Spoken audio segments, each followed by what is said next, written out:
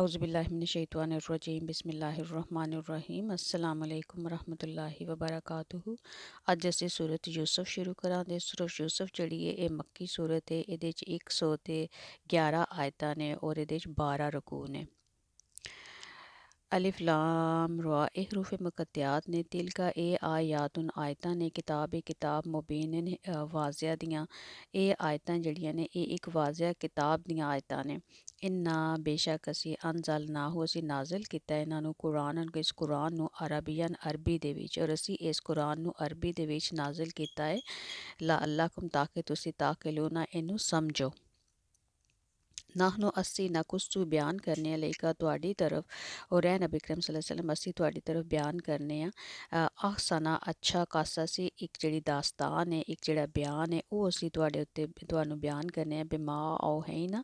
जिहड़ा बिमा जो ओ है ना वही किया गया लेका तुआडी तरफ हाजल कुरान इस कुरान दे जरिए व इन कुंता और अगर ना हो असी ये दसते मिन काबले ही ये तो पहले अगर तुहानू ये वाक़या ना दसते तो लामिन अल गाफिलीन ते तुसी तुहानू इस गल का कोई पता ना होंदा। और ए नबी करम सल्लल्लाहु अलैहि वसल्लम आप दी तरफ ये जिहड़ा कुरान है वही कर असी तुहानू एक बेहतरीन जिहड़ी दास्तान पे बयान करने एक बयान पे तुहानू दसने और यकीनन अगर यकीनन इस तो पहले जिहड़ा तुहानू इस गल का पता नहीं सी है भी। इस जिस वक़्त काला आख्या यूसुफ अलैहिस्सलाम ने ले अभी ही अपने बाप नू जिस वक़्त यूसुफ अलैहिस्सलाम ने अपने बाप नू आख्या या आबती ए मेरे वालिद इन्नी बेशक राई तू मैं वेख्या है कि आहदा आशरा कि मैं वेख्या है कि 11 जिहड़े ने कोकबन सितारे जिहड़े ने ओ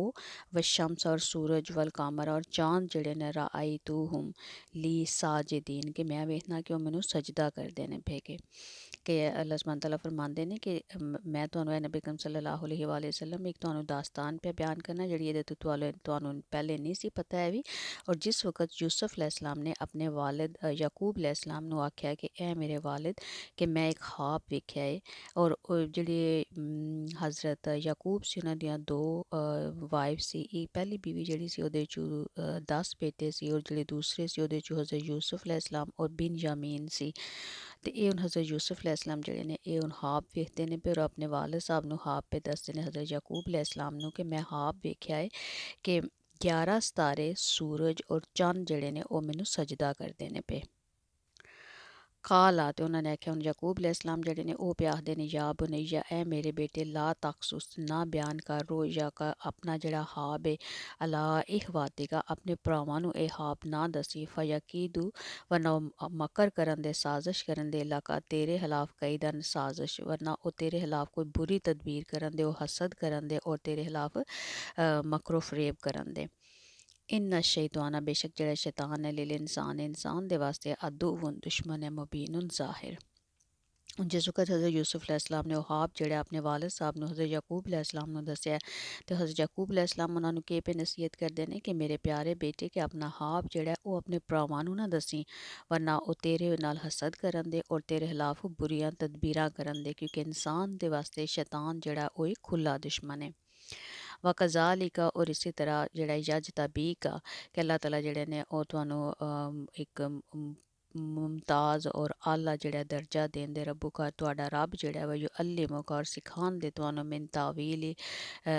जिहड़ी है अहादीस दी गल्लां दी और अल्लाह सुब्हान तआला जिहड़े ने ओह तुहानू गल्लां दी तावील भी दस्सण दे ख्वाबां दी तबीर सिखांदे व युतिम्मु और तुहाडे उत्ते पूरी करन दे नेमतहू अपनी नेमत लेका तुहाडे उत्ते और अल्लाह सुब्हान तआला जिहड़े ने और तुहाडे उत्ते अपनी नेमत पूरी करन दे व अला आल यकूबा और आले यकूब दे उत्ते भी कमा जिस तरह अतम्मा हा कि जिस तरह अल्लाह सुब्हान तआला ने पूरा किया है अला आबावई का मिन काबली जिस तरह पहले एदे तो चेत जेह्ड़े तेरे बाप ने मिन काबलू इब्राहिम यानी जेह्ड़े तेरे परदादा ने इब्राहिम अलैहिस्सलाम व इसहाक और जेह्ड़े तेरे दादा ने इसहाक अलैहिस्सलाम इन्ना बेशक रब्बा का रब तेरा जेह्ड़ा अलीमुन जानने आह्ला ते हकीमुन हिकमत आह्ला है। और फिर ਜਿਹੜੇ ਹਜ਼ਰਤ ਯੂਸੁਫ अलैहिस्सलाम ਨੇ ਜਿਸ ਵਕਤ ख्वाब ਜਿਹੜਾ ਉਹ ਹਜ਼ਰਤ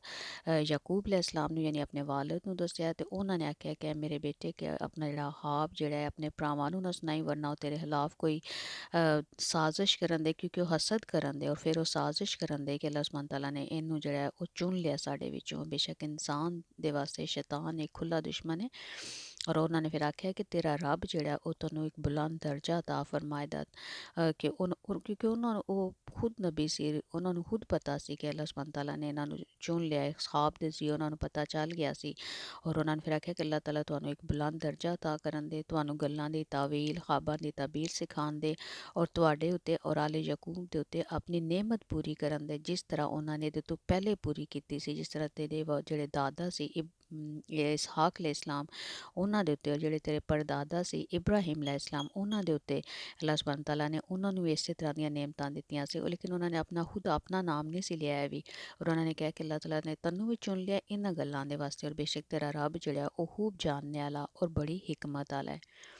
ਹੁਣ ਇੱਥੇ ਵੇਖੋ ਕਿ ਇੱਕ ਗੱਲ ਜਿਹੜੀ ਹੈ ਉਹ ਕਿ ਜੇ ਬਾਜ਼ ਔਕਾਤ ਜਿਹੜੇ ਹੁੰਦੇ ਨੇ ਕੁਛ ਲੋਕ ਹੁੰਦੇ ਨੇ ਜਿਹੜੇ ਅਗਰ ਤੁਹਾਨੂੰ ਪਤਾ ਹੋਵੇ ਕਿ ਉਹ ਤੁਹਾਡੇ ਤੋਂ ਹਸਦ ਕਰਨ ਦੇ ਤੇ ਇੱਥੇ ਹੁਣ ਵੇਖੋ ਕਿ ਇੱਕ ਬੜਾ ਅਹਿਮ ਪੁਆਇੰਟ ਹੈ ਕਿ ਤੁਹਾਨੂੰ ਹਰ ਇੱਕ ਗੱਲ ਜਿਹੜੀ ਹੈ ਉਹ ਉਹਨਾਂ ਨੂੰ ਦੱਸਣੇ ਦੀ ਜ਼ਰੂਰਤ ਨਹੀਂ ਹੁੰਦੀ ਹੈ ਵੀ ਤੁਸੀਂ ਚੁੱਪ ਕਰ ਜਾਓ ਅਗਰ ਤੁਹਾਡੇ ਕੋਲ ਅੱਲਾਹ ਤਾਲਾ ਨੇ ਤੁਹਾਡੇ ਉੱਤੇ ਨਿਮਤਾਂ ਦੀ ਬਾਰਿਸ਼ ਕੀਤੀ ਹੈ ਅਲਹਮਦੁਲਿਲਾ ਅਲਹਮਦੁਲਿਲਾ ਤੇ ਉਹਨਾਂ ਦੀ ਨੁਮਾਇਸ਼ ਕਰਨੇ ਦੀ ਵੀ ਬਾਜ਼ ਔਕਾਤ ਜ਼ਰੂਰਤ ਨਹੀਂ ਹੁੰਦੀ ਕਿਉਂਕਿ ਇੱਥੇ ਹੁਣ ਉਹਨਾਂ ਨੇ ਆਖਿਆ ਕਿ ਉਹ ਜਿਹੜਾ ਸ਼ੈਤਾਨ ਹੈ ਉਹ ਇਨਸਾਨ ਦਾ ਖੁੱਲਾ ਦੁਸ਼ਮਣ ਹੈ ਔਰ ਜਿਸ ਵਕਤ ਇਨਸਾਨ ਜਿਹੜਾ ਉਹ ਹਸਦ ਕਰਦਾ ਹੈ ਤੇ ਉਹ ਫਿਰ ਜ਼ਾਹਿਰ ਹੈ ਉਹ ਜਿਹੜੀਆਂ ਪਲੈਨਿੰਗ ਔਰ ਸਾਜ਼ਿਸ਼ਾਂ ਔਰ ਤਦਬੀਰਾਂ ਜਿਹੜੀਆਂ ਮਕਰੋ ਫਰੇਬ ਜਿਹੜੇ ਹੁੰਦੇ ਨੇ ਉਹ ਫਿਰ ਕਰਦਾ ਹੈ ਤੇ ਇਸ ਵਾਸਤੇ ਇੱਥੋਂ ਇੱਕ ਬੜਾ ਅਹਿਮ ਨੁਕਤਾ ਜਿਹੜਾ ਉਹ ਇਹ ਗੌਰ ਕਰਨੇ ਵਾਸਤੇ ਵੇ ਕਿ ਹਰ ਇੱਕ ਚੀਜ਼ ਜਿਹੜੀ ਹੈ ਉਹ ਹਰ ਇੱਕ ਬੰਦੇ ਨੂੰ ਦੱਸਣੇ ਵਾਸਤੇ ਦੱਸਣੀ ਜ਼ਰੂਰੀ ਨਹੀਂ ਹੁੰਦੀ ਹੈ ਵੀ ਔਰ ਸਪੈਸ਼ਲੀ ਅਗਰ ਤੁਹਾਨੂੰ ਪਤਾ ਹੋਵੇ ਕਿ ਕੋਈ ਬੰਦਾ ਜਿਹੜਾ ਉਹ ਤੁਹਾਡੇ ਤੋਂ ਹਸਦ ਕਰਦਾ ਹੈ ਨਾਪਸੰਦ ਕਰਦਾ ਤੁਹਾਨੂੰ ਔਰ ਇਹ ਇੱਕ ਕੁਦਰਤੀ ਚੀਜ਼ ਹੈ। ਹੁਣ ਇੱਥੇ ਅੱਲਾਹ ਸੁਬਹਾਨ ਤਾਲਾ ਨੇ ਫਰਮਾਇਆ ਕਿ